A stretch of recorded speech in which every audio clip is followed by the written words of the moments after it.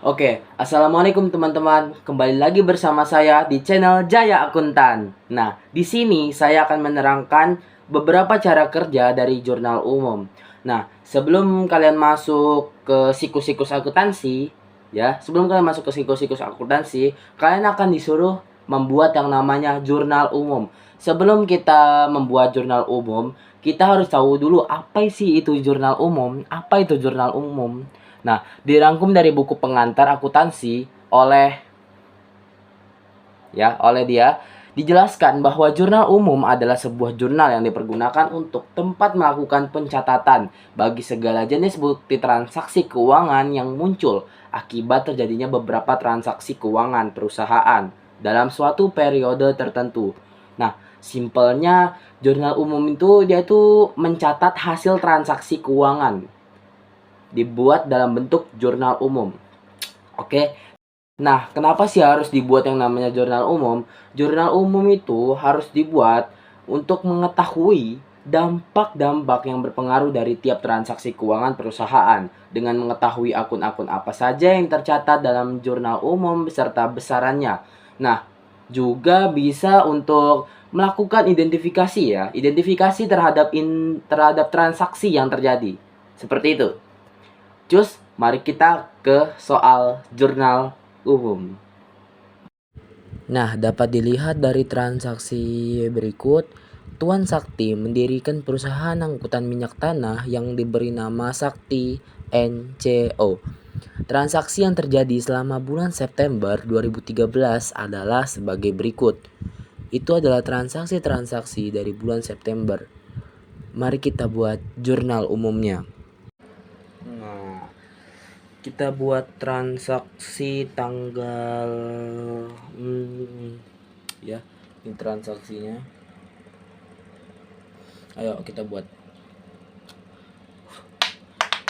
seperti ini bentuk jurnal umumnya. Tanggal di sebelah kiri, keterangan ref, debit, dan kredit. Tanggal 1 tanggal 1 kita buat dulu kotak ini sebagai pemisah. Oke. Tanggal 1. Keterangan.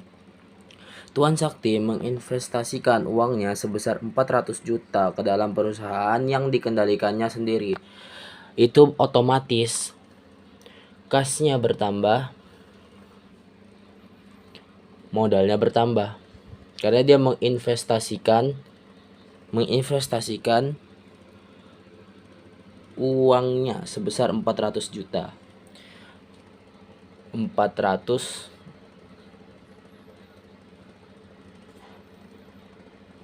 juta. Nih ya, modalnya juga 400 juta.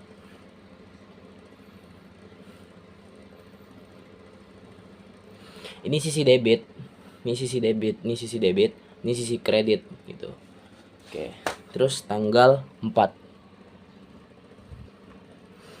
Tanggal 4 dibeli sebuah truk bekas pakai 24 juta dan langsung dibayar. Oke. Artinya kendaraan tuh masuknya ke harta kendaraan tuh masuknya ke harta yang tetap, dia nggak akan habis selama 3 bulan. Terus cash ya. Dia beli kendaraan berapa? Dia beli kendaraan 24 juta.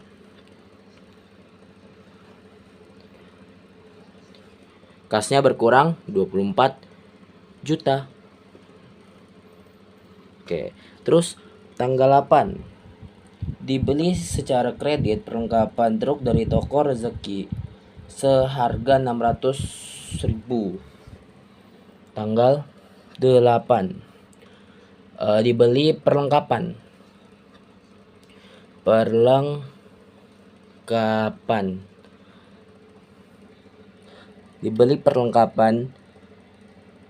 dibeli secara kredit perlengkapan, ngutang dia kan kredit itu sama dengan utang.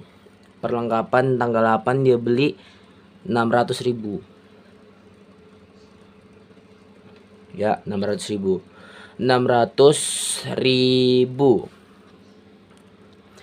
Tanggal 12 diterima hasil jasa angkutan sebesar 7 juta. Artinya pendapatan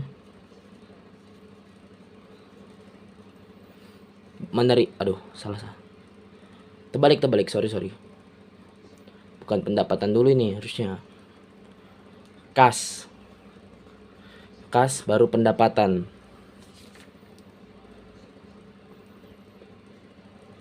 Ya, kas pendapatan. Kas di debit, pendapatan di kredit. Dia tanggal 12 itu diterima hasil jasa angkutan 7 juta. Ya, 7 juta. 7 juta. Nah, tanggal 16 tanggal 16 dibayar utang kepada toko rezeki 600.000. Dibayar utang kepada toko rezeki. Dibayar artinya kasnya berkurang. Utangnya bertambah. Utangnya bertambah. Kasnya berkurang. Salah. Utangnya bertambah, kasnya berkurang. Dibayar utang ya? Oh iya, dibayar utang. Astaga.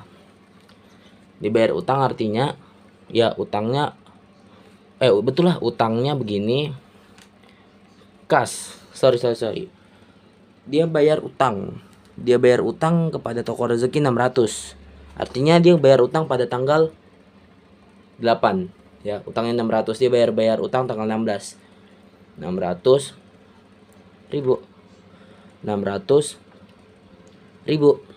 Tanggal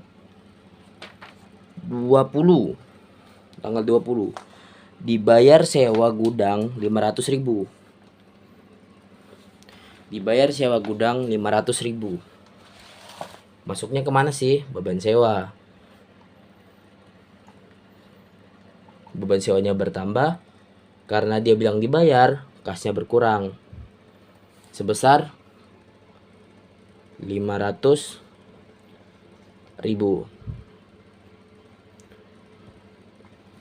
Nah, terus lanjut lagi. Dibeli tanggal 24 dibeli perlengkapan seharga 575.000. Dari jumlah tersebut baru dibayar tunai 475.000 dan sisanya dibayar bulan depan. Artinya dia sudah bayar tapi masih ngutang. Oke, dibeli perlengkapan. Sudah pasti di sini perlengkapan. Kasnya berkurang, dia sudah membayar tapi masih ada utangnya. Masih kurang uangnya. Tanggal 24. Betul kan? Nah, dibeli perlengkapan seharga 575.000. 575 tuh 23. Nah, dia baru bayar 475.000. Ya, 475.000. Nah, ini dia masih ada utang sebesar 100.000 ya. Nah, terus tanggal 28 dibayar beban telepon. Beban telepon itu masuknya beban util, singkat aja, beban utilitas. Ya, dibayar beban util. Cash. Nah, beban utilitas cash. Dibayar artinya 30.000. Nih. 30.000, bebannya nambah 30.000. Gitu ya. Terus tanggal terakhir nih, tanggal 30. Untuk kepentingan keluarga, Tuan Sakti mengambil dari kas perusahaan 670.000. Ya. Itu artinya masuknya ke PRIF. PRIF itu pengambilan modal untuk pengambilan modal perusahaan untuk keperluannya sendiri. Cash. Dia nge-PRIF itu sebesar 670.000 ya. Ya, 670.000. 670.000. Itu. Mungkin kalian agak pusing ya, kasih gini aja. Ini untuk tanggal 28 ya, tanggal 28. Nah. Nah.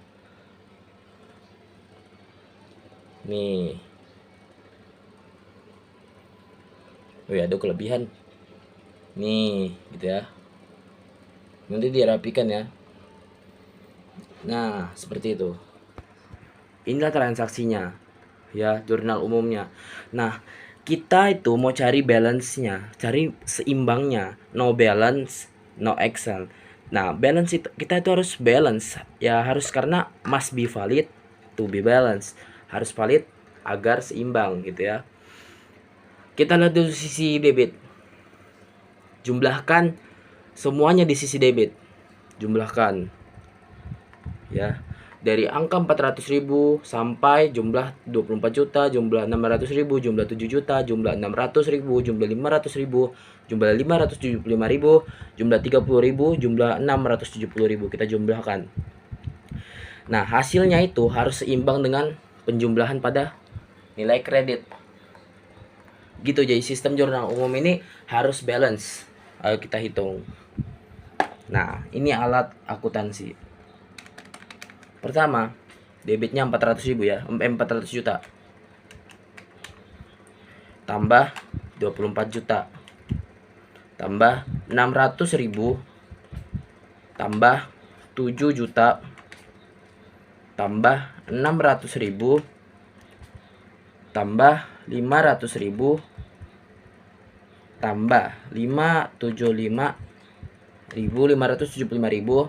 Tambah 30.000 ya, tambah 30.000, tambah 670.000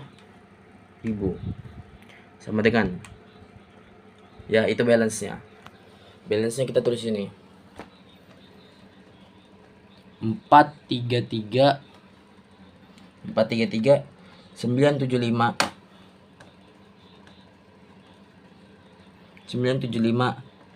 000. Ini balance yang debit. Kita jumlahkan lagi balance-nya kredit. Ya. Kita hitung.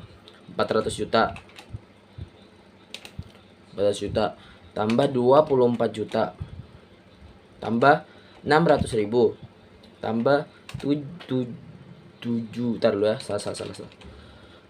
400 juta tambah 24 juta tambah 600.000 tambah 7 juta tambah 600.000 tambah 500.000 tambah 4 kelebihan nih, tambah 475.000 tambah 100.000 tambah 30.000 tambah 670.000 ya. Dia ini harus balance dengan ini, harus sesuai dengan angka ini 433975000. Oke. Bang. Loh, kok nggak balance bang? Kok nggak balance? Ayo kita cari kenapa dia itu nggak bisa balance. Oke, kita lihat dulu di sini. Kayaknya ada yang salah di sini nih. 575 kurang 475, coba ya. 575 kurang 475.000. 100.000 betul. Terus 30.000 betul. Oh, kayaknya kita salah menjumlahkan ya. Kita hitung ulang lagi. 400 juta yang sisi kredit, 400 juta tambah 24 juta ditambah 600.000 tambah 7 juta tambah 600.000 tambah 500.000 tambah 475.000 tambah 100.000 tambah 30.000 tambah 670.000. Nah, balance enggak? 433 juta 975.000. 433.975.000. balance kan. Nah, itu sisi debit 4.433.975.000, sisi kredit 4.433.975.000. Seperti itu sistem yang namanya jurnal umum, harus balance. Setelah jurnal umum mungkin nanti kita akan belajar pemostingan ke buku besar. Tapi kalian pahami dulu bentuk jurnal umum. Seperti ini saya lihatkan dari atas. Sebenarnya sisi balance tidak boleh ditaruh atas, taruhnya di bawah, tapi karena ya nggak muat, saya taruh di atas, ini taruh di bawah balance-nya. Seperti itu sistem jurnal umum. Dari tanggal 1 sampai tanggal 30, jurnal umumnya kita dapatkan sisi debit 433.975.000 dan sisi kredit 433.975.000. Oke, thank you.